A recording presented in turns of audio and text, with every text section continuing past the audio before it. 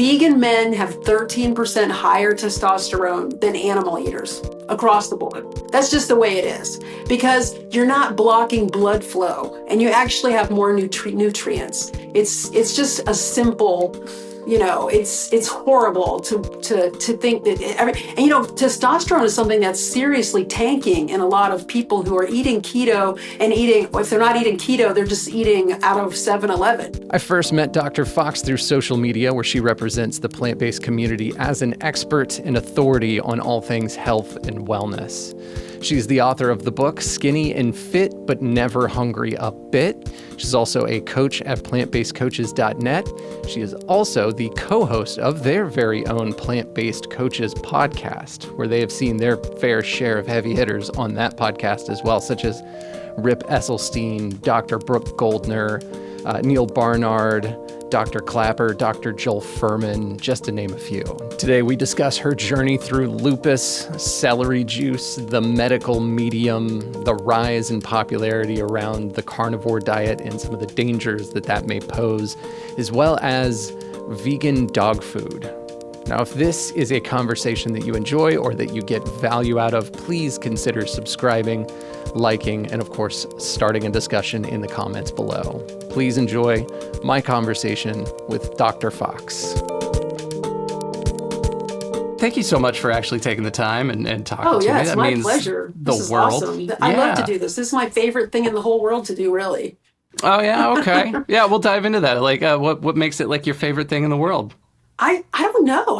I'm so drawn to it. I just love seeing people succeed. I love watching it happen. It's like, I'm a physical therapist, so I also like that. It's kind of like gardening in a way, You just start with a person who's like so hurt and so injured, and then you just fix them over the course of they just follow what you tell them to do. You don't fix them yourself, but they just naturally improve if they follow your advice, and this is the same thing. It's amazing to watch. Yeah, absolutely. I couldn't agree more. It's like one of the most rewarding things. It's so rewarding to watch it happen. So rewarding to watch it happen. There's just no other way to describe it. It really is. And it's one of those things with plant-based lifestyle, vegan activism, like wherever you kind of fall in that spectrum of things. Like I always tell people that there are many different forms of activism. And for me, I, for the longest time, didn't even think that I was an activist. I wouldn't have considered myself one. But I realized after a long time that it was like, oh, you know what? Honestly, every single little conversation that you have with people is one of those things that kind of helps to shape opinions, thoughts, feelings, influence. And, you're always working towards something. So you might as well make it be towards the good of the world. And especially when you're talking about the health of people. Yeah, well, and this whole situation, eating a vegan diet, especially one that's full of produce and vegetables, fruits, whole grains, it's so good for the planet as well as the people, the planet, and the animals. It's like a win all around. Couldn't agree more. I'm a big fan of this symbiotic type of relationship. Yeah. I definitely fall into that philosophy too. So with that being said, so what actually brought you personally to like a plant-based lifestyle? Well, I started being a vegetarian when I was 27 years old. I was an older student in college, and I went to this class. It was a history class, but the professor was like super. She didn't like to give breaks. Instead, she would let us talk about, or she would talk about some topic that was interesting to her. And, one time she talked about like the embalming process or something weird like that. And then the next time she would talk about like, this fish that she'd had for many years. It was an Oscar and what she fed it and stuff. And then one time she talked about factory farming. And, I was a biology major at the time, and I just was listening to her, and I was thinking, is what she's saying, is that true? Like, that can't possibly be true. And, so naturally, this is back in the dark ages. So I had to go to the library and take a look and see if that was true. And I had to really search for some sources. And it turned out she was spot on. Yeah, absolutely. That was absolutely going on. And that was a regular part of what was happening. And at that point, I was like, nope, I'm out. And, everybody around me was like, oh my God, you are going to die if you don't eat the animals. And I'm like, well, right. I guess I'll just die then, because that's gross. I can't contribute to that anymore. I didn't even know I was helping myself. I actually thought it might be detrimental. I actually did not realize. And I just That continued is that on for years. That's amazing. Yeah, Yeah. the first time that I was ever introduced to like a plant-based vegan vegetarian lifestyle, it was somebody that I had dated, back in the early days of college, and she did not have very much success with it. Like, full disclosure, she did not. She like had issues with like her hair falling out and things. And my first initial thought was, oh my gosh, there's definitely, it's protein, it's a protein issue. It's got to be protein, Yeah. right? What do you think was the problem with her looking back on it? Looking back on it, because I think she ate about 800 calories per day. Yeah, see, it's always that. It's always that. They're always like, oh, my intestines shriveled and I have problems and I'm cold all the time. I'm like, did you eat anything? Did you actually track your calories and make sure you got at least 1,500 in there, Yeah, It's which always that. it's one of those things. It's almost like every time somebody's got a headache, it's like, how much water did you have? Because it could definitely be related to that.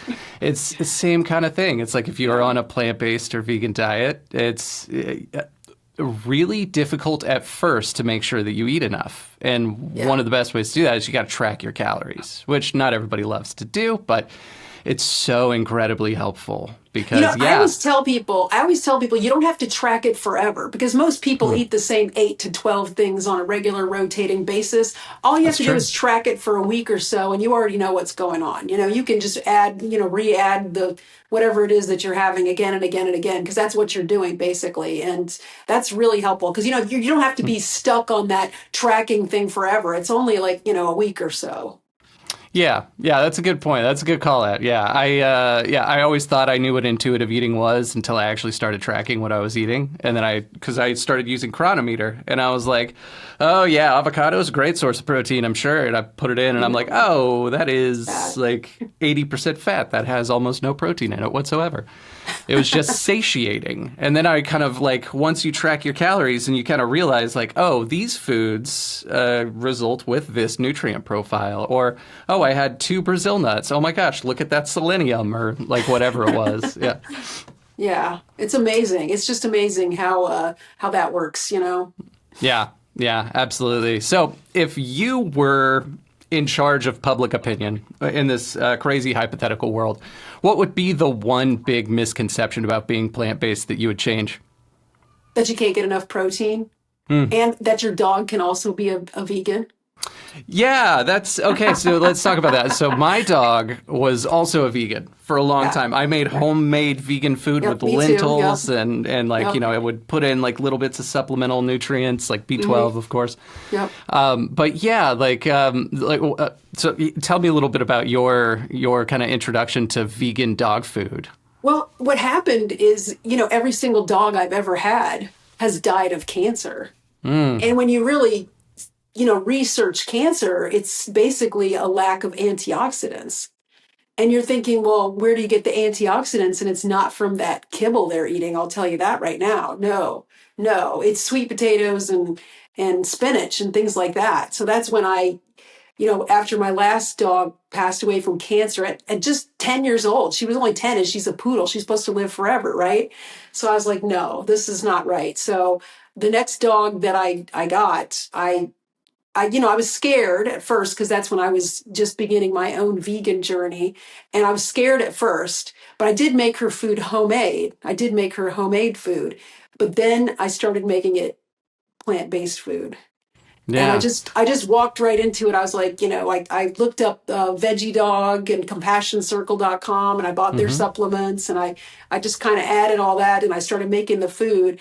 And I have 9 dogs now and they are plant-based and they are fine. Yeah. Whoa. The Okay, oldest one is 9 9 years. Yeah, dogs. yeah, I know. It's crazy. They're tiny. They're like the biggest Sure. one is 7 pounds and the smallest one is 3 pounds. I mean, it's, I take them to work with me every day as a physical therapist and they help me in my job. I mean, it's a circus in there. It's fun. It's a fun circus. That's amazing. I love it. Yeah, Yeah. we put little Oh, that's sweaters awesome. on them and stuff. Yeah, it's really fun. Yeah. So, like, what are some of the supplements that come with like the like what you were talking about? Like, what do you use? Well, I just use there's a supplement called Veggie Dog. Now, when I have puppies, I have to use the puppy supplement or nursing mama. I've had two sets of puppies. I know that's not a very vegan thing to do, but I have two sets of puppies. But I've kept all the puppies, if that makes any sense. I kept them all. So I have all the puppies. But what I use is the Veggie Dog, like the Veggie Dog supplement, and then the enzyme, the digestive enzyme, and then their veggie yeast product, because that keeps the urine of the pH acidic of the urine of the dog, so that keeps them from getting kidney stones. Because a lot of, or not Hmm. kidney stones, but those bladder stones. I mean, Yeah. everybody's seen, TV shows of dogs that have bladder stones and have to have emergency surgery. And for some reason in my neighborhood, it's like a really big deal. I mean, all their dogs have bladder stones, and I almost want to say, have you considered eating? But I don't. I try to keep it Sure. quiet, as because there's a lot of judgment that comes with telling people that you have plant-based dogs. They kind of freak out a little bit. So There is a little freak out. I remember that. Yeah, because when I was feeding my dog a plant-based diet, and I would tell people, they're like, "Yeah, do whatever you want for yourself, but why would you do that to a I dog?" know. Yeah. I know they're like, well, if Yeah. I gave him a chicken breast and I gave him a lettuce, which one's he going to eat first? So I'm like, well, of course he's going to eat the chicken breast, because you'd eat pepperoni pizza over broccoli every day too. So that doesn't prove anything. You know what's really interesting though? Okay, so one of the so when I first became a vegan, like 10, almost 11 years ago now. So the first book that I initially read was called The 80-10-10 Diet by Dr. Doug Graham, which was much more centered around like raw food, fruitarianism, like that kind of thing.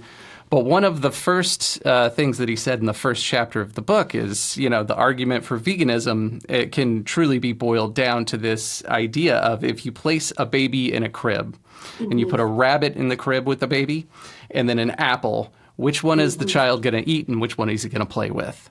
Yeah. And let me know the second that the baby chooses to eat the rabbit and play with the apple, because then we've got a different book. Yeah. Well, I think a dog might do the opposite, actually. Might Yeah, actually yeah. eat Dog the might do rabbit the and play with opposite. the Yeah. apple. But that's kind of the thing of like when like a lot of people are talking about humans being truly omnivores. It's Yeah. like, well, dogs are like true omnivores when you think about it. They are, and that Humans, means they can go either way. yeah. They can go either way. It's not Yeah. even difficult for them. No, no, not at all. Not at all. Yeah. Absolutely. But yeah, as far as humans go, the omnivorous Mm, argument, do you view humans as omnivorous, or no, do you think that they're no. purely herbivorous? I'm with Dr. Milton Mills there. I think they are 100% vegan, but they are opportunistic and they will survive. We are survivors like cockroaches. We will survive. We'll eat anything that's necessary in order to survive, which will get us to the age where we can procreate. And if you don't eat a primarily vegan diet after that period of time, you will start dying of diseases because they're caused by eating the animals. Hmm. Yeah. Yeah, Yeah. yeah, gotcha. What I'm actually, so strangely enough, I'm not familiar with this particular doctor. What do they Oh, say Dr. about? Milton Mills? Yeah. Oh, he's been on all of the plant-based documentaries. Yeah, we've been lucky enough to interview him once, and he's a Facebook friend of mine, and I met him a couple times in real life, so that's awesome. Yeah, That's he's amazing. yeah, he Yeah. has a YouTube video, a presentation called "Are Humans Designed to Eat Meat?" And of course, it's an hour-long presentation that goes into every single detail of exactly Sure. why humans are not designed to eat meat, and it's irrefutable. It's very, very good video. Yeah. Gotcha. Okay, so what are just like, if you could boil like an hour-long academic presentation Mhm. into, just a little tiny snippet for my audience here, like what are some of the main points that he brings up? Well, he says your teeth start the whole process off where they're flat, like a horse's teeth, and they're grinding, they go back and forth. And the hydrochloric acid in your stomach is not nearly as strong as that of a carnivorous animal. And your intestine is way too short or way too long to be associated with a meat. Like say the dogs are omnivorous.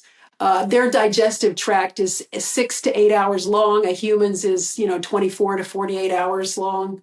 So it's very, very different. It's designed to get every single part of the nutrition out of the food, whereas the dog is just eating the meat. And of course, it's rotten meat for the most part, so it's got to get out very quickly and be done with it very quickly. Whereas if we eat call us carnivores, but if we don't eat cooked meat, we're in big trouble real fast. We will die of serious disease very, very quickly, and it's not, that's a real problem for humans.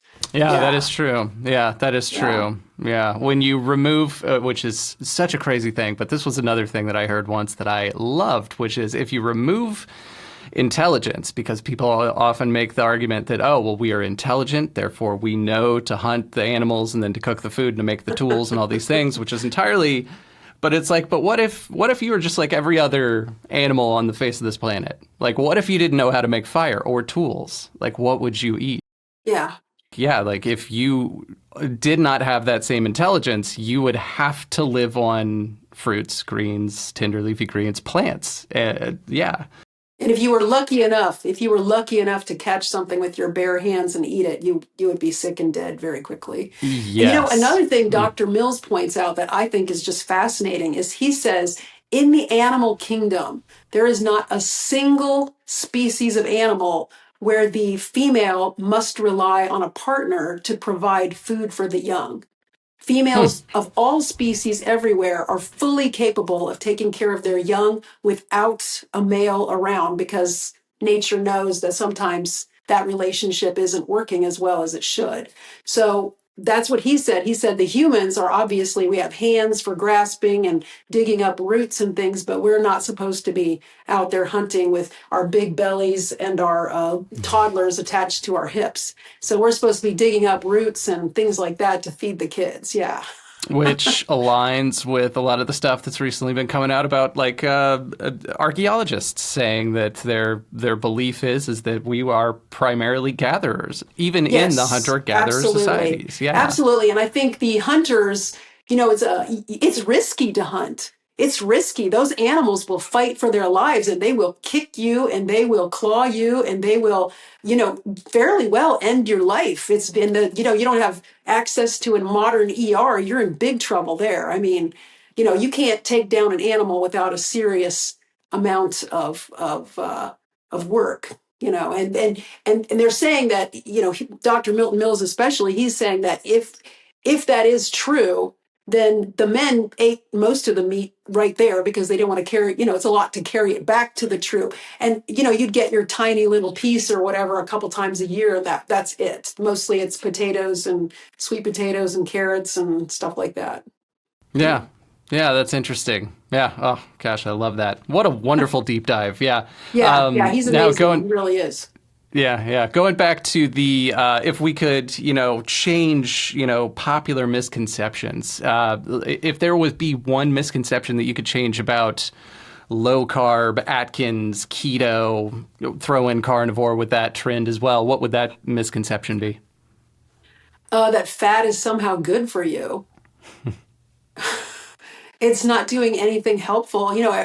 My comment sections are full of things like, oh my gosh, you need fat for your brain, you need fat for your body functions. And I'm like, potatoes have fat, oranges have fat, greens have fat. They have fat in exactly the right and perfect amount for you. You don't need to add fat to anything. And I would say if you look at the forest animals, like you look at deer and things like that, they're not adding oil and butter to everything and they look fine. Their eyes are nice and moist, their brains work correctly. You don't have to add the fat, you don't have to do that. Your body extracts what it needs from the plant foods that you eat, and that's how you end up doing so well health wise. In fact, if you take those animals and start adding oil and things like people do with the processed pet foods and things that they have, that's how the animals end up overweight and sick and itchy. They're all itchy and fat and sick. It's horrible. I call it meat flavored Captain Crunch. No. That's what most people feed their dogs, yeah, or their cats too. Their cats too. Meat flavored Captain Crunch, yeah. That's hilarious and disgusting all at the same time. So Thank you, gross, yeah. Dr. Fox. Yeah. Yeah, you're welcome. You're Yeah, welcome. absolutely. Oh, man. Yeah. I recently was actually talking to somebody and just answering questions as they were coming up. And they were kind of asking me the same thing about, like, omega-3s. Like, how is it possible that you would get enough omega-3s without eating meat? And Leaves. right. I told them that a head of lettuce contains about 30% of your omega-3 for the day. It's which amazing. is, yeah, which is a crazy high amount when you think about it, especially when you compare it to like even most animal products like chicken and like the more commonly eaten meats, like they are not high in omega-3s No, typically. no, not at Yeah, all. it's really fish. That's about it. And even then, fish get it from the algae. Yeah. And fish also come from the ocean, which is the most polluted thing that, I can't understand. They tell pregnant women not to eat the fish. I mean, if Right. they're telling pregnant people not to do it, it's because you're going to get sick and die from eating what's in there. And it's going to concentrate in your baby and make that baby sick too. So that's, yeah, no, Yeah, it's a no. Fish is an absolute no. Yeah. I fully agree. It's one of the reasons why there's been so many doctors that have switched over to the recommendation of if you do want to take something for omega-3s, especially if you're pregnant, but the algae sourced omega-3s can be 100% completely clean and separate from any ocean source or ocean contamination, Yeah. which is what Much better choice if you feel the need to do that. Yeah. exactly. When my wife was pregnant, she was taking the algae omega-3, and I mean, my daughter's a genius now, so Of I don't know if course. it's related, but yeah, Well, they it's get their intelligence from their mom. So, oh, uh, good to know. Yeah. pick good, pick good. Absolutely. So, and kind of on that same topic of misconceptions. So, how do you address concerns whenever you're like working with a patient who believes, like truly believes in their heart of hearts that they need some animal source of something for recovery or strength or whatever it may be? Well, first of all, I point to myself and I tell them that I haven't eaten a dead animal in 27 years. Wow. And I always tell them, do I look like I am suffering in any way? And then I pick up my dogs and I say, these guys don't eat the animals either. So, I mean, is it necessary? I mean, where's the necessity coming in? Like what's going on here? Is it really necessary? Do you think you might have been, it's a misconception is what it is. Yeah, it's totally not necessary. And I think the more of us the more of us there are, and I hate to say it, but as a vegan, physical therapist, I feel like I have to stay in extremely good shape and even get in better shape all the time just so that I can be the example that I need to be in order to help, you know?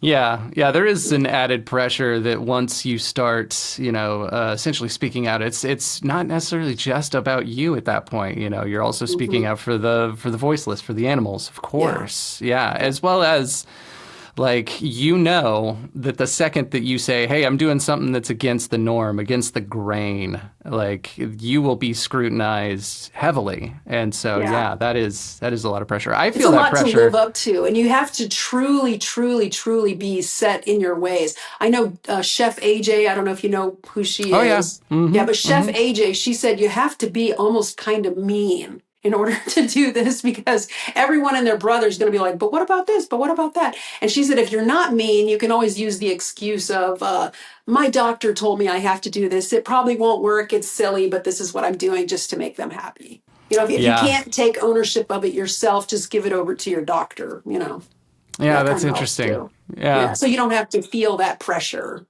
Change the subject as fast as possible. Oh, 100%. Yeah, the people that you surround yourself with as well, like, build up that community and you Yeah. being the person who can, control the community that you're around. That is extremely helpful as well. Just a little Yeah. tip for anybody listening there. Yeah, Yes. join that Yes. vegan potluck. Like those people are extremely nice. The table is long with many seats. Yes. Yes. And they're pretty passionate about it too. And they'll make you Yes. feel better because a lot of people, if they don't have that support in that community, they'll get scared. They'll get scared. They'll have something happen and they'll think it has something to do with, like one of my little dogs has arthritis and it's a genetic thing. It has nothing to do with her eating the plants. But if I wasn't totally sure and set on that, I would be like, oh no, could she be missing something? No, she's not. She's not missing a thing. The only thing she's missing is worsening of the disease from eating the animals. It's like stopping smoking. I agree with Dr. McDougall in that regard. Like anytime you stop smoking, your health immediately improves. Anytime you stop eating animals, your health immediately improves. You're not missing anything. You're in fact you're not missing it just like you wouldn't be missing smoking. Yeah. Smoking's not going to make you healthy in any way, shape, or form, and neither will eating animals. Yeah. Yeah. Yeah. That's, I always like Dr. McDougall for that. Yeah. And then what do you say to the people that are like, but I did, keto, low carb, carnivore. I lost 30, 40, 50 pounds. But what was your blood work like? I always ask them, what was their cholesterol? What was their A1C? And did you ever hear, there's that guy, the carnivore MD. I don't know if you know who he is, but Paul Saladino. Yeah. yes, he led a little, it was a YouTube clip from a long time ago, and I can't find it now, so I think he might have taken it down, where he accidentally put his blood work up on camera, and you could see his testosterone was in the 8 to 10 year old boy status. It was Yeah. horrible. It was absolutely horrible, and I was thinking that is not an advertisement for doing this. No, yeah, oh man, yeah, oh, the testosterone conversation is such a huge misconception. I feel like that could be an entire podcast in and of Yeah. itself. Yeah. Because there is Carnivore MD, the Paul Saladino. I've actually, on my social media account, stitched him a number of times, anyways, he says some crazy stuff. But there's another one that's called Carnivore Ray on TikTok. He's newer, but he's just kind of like an everyday kind of guy. Lost a lot of weight, and then he posted his blood work, and Did you get a snap of it? I did. I've got it somewhere, but yeah, I was like, I was gonna make a video about it, but I also just don't want to be the. Oh, do it. Oh, do it. Please, for the love of God, do it. We need more of that. They need to understand that vegan men have 13% higher testosterone than animal eaters across the board. That's just the way it is, because you're not blocking blood flow and you actually have more nutrients. It's just a simple, it's horrible to think that testosterone is something that's seriously tanking in a lot of people who are eating keto and if they're not eating keto, they're just eating out of 7-Eleven. It's Yeah. not good. It's not good. It's not good Yeah. at all. Yeah. It's so true. Yeah, well said. That's definitely going to end up being a clip for sure. And it's like Carnivore Ray, when he posted his blood work, it was like the biggest thing that I noticed. I was like, okay, of course his cholesterol was just like off the Out of charts. this world. Yeah. It's horrible. And Yeah. then his A1C was normal. Well, okay, so I'm still concerned with his normal reading. And here's the deal. When most people get an A1C reading of being this far away from pre-diabetes, it's usually not like a huge concern. It's one to clean up the diet, do some more exercise, you should be fine. Here's the reason why I'm specifically concerned for him on his carnivore diet with that A1C reading. So first thing to understand, A1C is like a measurement of blood glucose over time. So that means that if your blood glucose is high, you're going to have a higher A1C. Your blood glucose lowers, it lowers your A1C. So with him being that far away from pre-diabetes means that he is seeing an average blood glucose that's higher than the average person, or on the upper end of that, normal range. Yet he has not had a single gram of carbohydrates in over a year. Like, his diet is meat, eggs, and seafood. That is it. His blood glucose should be flatlined. But the problem is he's actually eating himself into a state of insulin resistance because he's over-consuming meat and therefore over-consuming saturated fat, which then does cause insulin resistance. That is how that goes. So even the glucose that his body is producing, that it's breaking down from protein, converting where it needs just to keep the engine running, that is actually keeping his blood glucose higher than average over time, which is why... He's one French fry away, honestly. That's exactly what I was thinking. Horrible. I was like, home dude, please just like start eating like some broccoli or something. But it's just, he's like I ate a dozen eggs and a stick of butter for breakfast. And it's like, oh my God.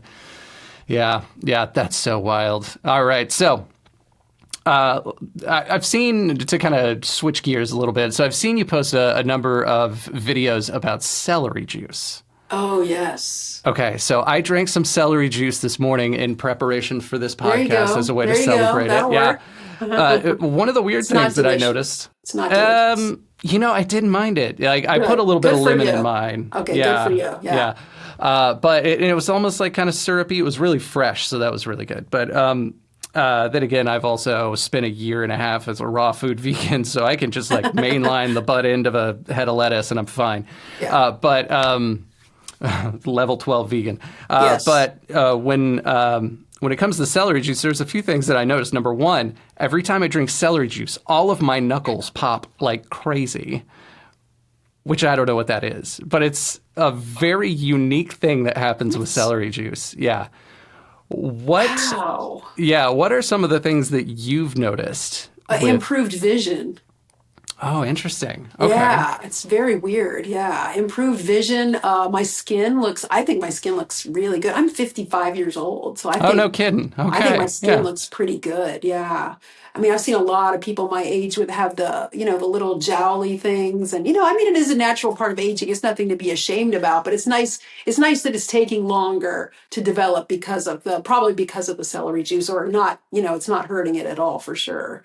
And what I take it for is I have autoimmune disease. They diagnosed me with lupus, and I was like, Mm. oh, no, no, no, no, no, no, we're not. And a lot of people would say, oh my gosh, well, maybe if you ate animals, you wouldn't have lupus. And I was like, well, maybe if I ate animals, I would have got lupus when everybody else gets lupus back when I was 25 instead of being diagnosed at 53. Maybe that's what would have happened because maybe that's what my genetics or, my environment and genetics mixed together would have done to me. But no, I got diagnosed with lupus from my general practitioner. And then I had to wait 5 months to go to the actual rheumatologist. And I was like, I'm not having this lupus. This is not happening to me. I'm a medical professional. I've already seen the end stage of that. That's not good. We're not doing that. So what I did is I just cleaned things up even more than I usually have. I got rid of caffeine. I started sleeping more. I got more massages. I had to meditate, forgive everyone, that kind of thing. And Oh, it sure. was Sure. awful. Yeah. Yes, just terrible thing to go through. And then I had to add the celery juice because I said, why not? It can't hurt. And I've noticed the celery juice has really helped. And by the time this was during COVID, or maybe it's the same now, you can't get into these specialists without your doctor refers you. And it took me 5 months to get into the rheumatologist. So by the time I got into the rheumatologist, she gave me 14 blood tests and 12 x-rays, and Wow. she couldn't find anything wrong with me. So I was like, well, there you go. Lupus gone. Check mark, done. But I still That's occasionally, huge. that's enormous. That's Yeah. life changing. That Yeah. is, I mean, to be diagnosed with something like that and to be waiting on a horrific, I just didn't, it gave me 5 months to clean it up, clean it up, try to do what I can do to combat that, knowing holistically what I can do. I'm already a vegan. I'm sure adding animal products is not going to help the situation at all. Everybody's like, oh my gosh, add the animals. My God, you're dying because you need this. I'm like, no, that is not it at all. No, no, no. That's like, I turned to Dr. McDougall. I'm like, his information. Absolutely. That's like smoking. Why would I add smoking to make lupus better? That's not how it's going to go. That doesn't make any sense. So I just doubled down and did more produce, less, vegan-y junk food like Impossible Mm. Nuggets. And, they're delicious. They're wonderful. They can help people transition, Sure. but not health foods. Yeah. And then I went with Dr. Brooke Goldner's green smoothies. Mm-hmm. I'm sure you've heard of those. And then celery juice is Andrew, what's it, Andrew William, or is his name Anthony William? Anthony William, the medical medium. He's the one Yep. who has all the podcasts about the stuff. I said it certainly can't hurt and it might help, and I have, no reason not to try. So that's what I do, and Yeah. that's what I do. It's interesting. Yeah, I've enjoyed the celery juice when I've done it. I've never been super consistent with the celery juice. It's one of Yeah. those things where it's like so medical medium for anybody who doesn't know, if you've been living under a rock in the kind of health world. So they are not without conflict. There Yes. are plenty of critics Of to the medical course. medium But look protocol. at him. Just look Yeah, at him. Just look at what he looks like. Look at his physique. He's doing something correct. He's yeah, doing something correct. yeah. And I've read the protocol, and I personally myself don't necessarily agree with everything that's in it. Of course not. Of course not. But yeah, it gets, as a medical professional, I can't like back up what he's saying 100%. sure, But you yeah, can't. I mean, it's worth a try. yeah, It's worth a try.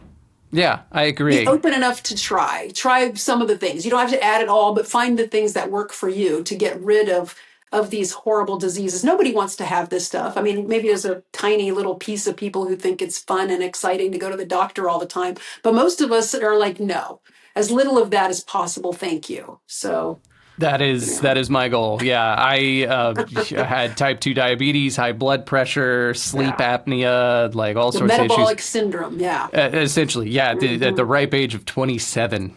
So, Oh, yeah, and that's becoming more common. it is. These young people, that's the problem with a lot of them have that. And they have the fatty liver disease, the non-alcoholic fatty liver disease. It's really bad. Yeah. Yeah, so kind of to circle back into the whole coaching conversation. So one of the things that actually moved my wife to tears when she saw it was the message that I got on my social media He was a teenager, 16 years old, that fell into the carnivore kind of hole of advice, and recently had followed some of the things that I had outlined after they had found themselves with insulin resistance. And their message basically said that I feel like I'm like turning my entire life back around and like regaining my health. And it's like that is absolutely amazing.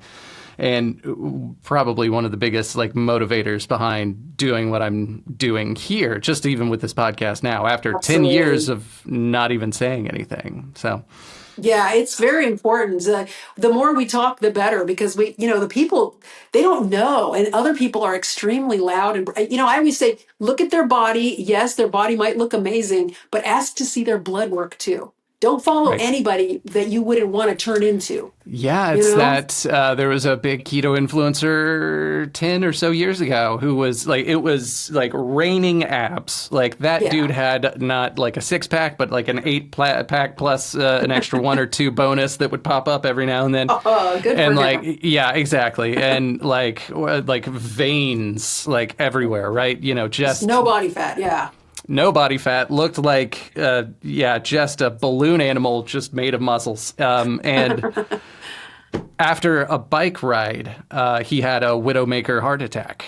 Yeah, that's so heartbreaking. I have a good friend from high school, actually, and his name was Mike Sherwitz. I don't know if we can say his name or not, but he was a personal trainer, and he and I would have these long arguments on Facebook and back and forth in the chat boxes and things, because he would show all of his food. And it was always, a big steak with a bunch of vegetables, steak, vegetables, chicken, vegetables, eggs, it's the keto thing. It's basically he's doing the keto thing.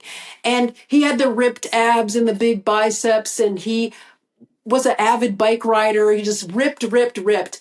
And he died of a massive heart attack at 47 years old. Ugh, It was that's heartbreaking. heartbreaking. I was just like, are you kidding me right now? Because Yeah. this is someone personally, and we had so many conversations about that. I was like, hey, Mike, do you think you might be clogging up your arteries? And he's like, no, you're the one who's got a problem. You're the one who's, got autoimmune disease, or you need this. And, if you add this back in and all this. And I'm just like, no, it's not like, it's genetically, I'm prone to that kind of stuff. And genetically, we're all prone to heart disease. That's the number one killer of humans. So, you got to do whatever you can to combat that. But he actually died. Like, he died, and he left behind 2 little girls without their dad. He was just out walking his dog. And bang, just like that.